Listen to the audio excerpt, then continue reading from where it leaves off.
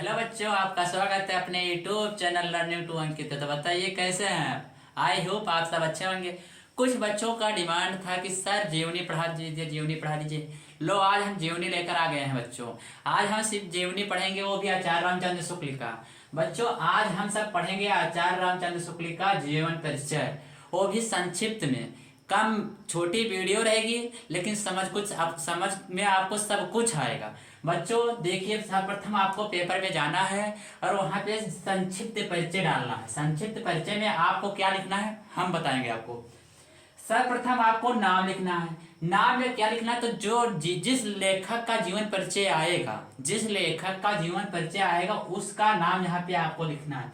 मान लीजिए आपके पेपर में आचार्य रामचंद्र शुक्ल का जीवन परिचय आ गया, तो आप लिखेंगे नाम, उसमें लिखेंगे आचार्य रामचंद्र शुक्ल का जीवन परिचय।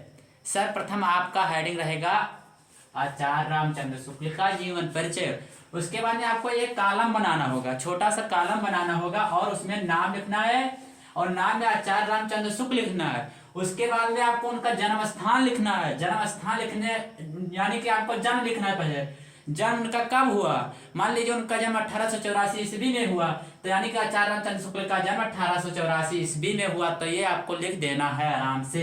उसके बाद में वो जहाँ पैदा हुआ यानी कि उनका जहाँ जन्म स्थान हुआ, जो जन्म स्थान हुआ उसको कुछ कहा जाता होगा। यानी कि मान लीजिए आचार्य रामचंद्र शुक्ल का जन्म अगोना नामक बस्ती जिले के उत्तर प्रदेश में हुआ था, यानी कि यहाँ पे लिखना है जन्म स्थान के स्थान पर अगोना नामक बस्ती जिला उत्तर प्रदेश में आचार्य रामचंद्र शुक्ल का जन्म हुआ है। उसके बाद में उनके पिता का नाम आपको लिखना है। पिता का नाम यानी कि चंद्रवल्ली शुक्ल था, यानी कि आचार्य रामचंद्र शुक्ल के पिता का क्या नाम था, तो चंद्रवल्ली शुक्ल के पिता का नहीं, आचार्य रामचंद्र शुक्ल के पिता का क्या नाम था, तो उनके पिता का नाम चंद्रवल्ली शुक्ल था।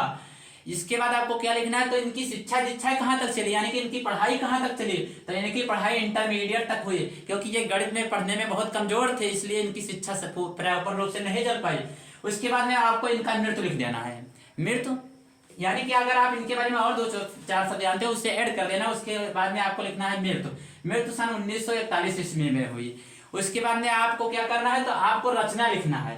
रचना जरूर लिखना है, जरूर लिखना है। आप संक्षिप्त परिचय जब लिखते हैं तो उसमें रचना नहीं लिखते हैं, तो लेखक को क्या नाम है, उससे जो कभी वहां पे जो कॉपी जांचने वाला होता है उससे यह पता चलता है कि बच्चा को रचना आता ही नहीं। अगर आप किसी का रचना आता है, मान लीजिए आचार्य रामचंद्र शुक्ल का रचना नहीं आता या आता है 2-4 आता है, तो उससे आपको लिख देना है। यानी कि रचना में आपको क्या लिखना है, तो चिंतामणि, त्रिवेणी, सूरदास, यानी कि 3 जो रचना वो बहुत महत्वपूर्ण है, वो भी बहुत महत्वपूर्ण है। बच्चों आपको यह वीडियो कैसा लगा है, अगर आपको यह वीडियो अच्छा लगा है तो बच्चों लाइक कर देना। और हम आपके डिमांड पर ही आचार्य रामचंद्र शुक्ल का जीवन परिचय लाए हैं, तो यानी कि हमारा भी कुछ डिमांड है। एक बच्चा अगर 2 व्यक्ति को अगर सब्सक्राइब कराता है तो हमारा भी कुछ कल्याण होगा, आपका भी कुछ कल्याण होगा। बच्चों अगर आपको किसी दूसरे वीडियो का अगर डिमांड है तो आप जरूर हमारे कमेंट बॉक्स में बताइएगा, हम उसे पढ़ाने की आपको जरूर कोशिश करेंगे। धन्यवाद बच्चों।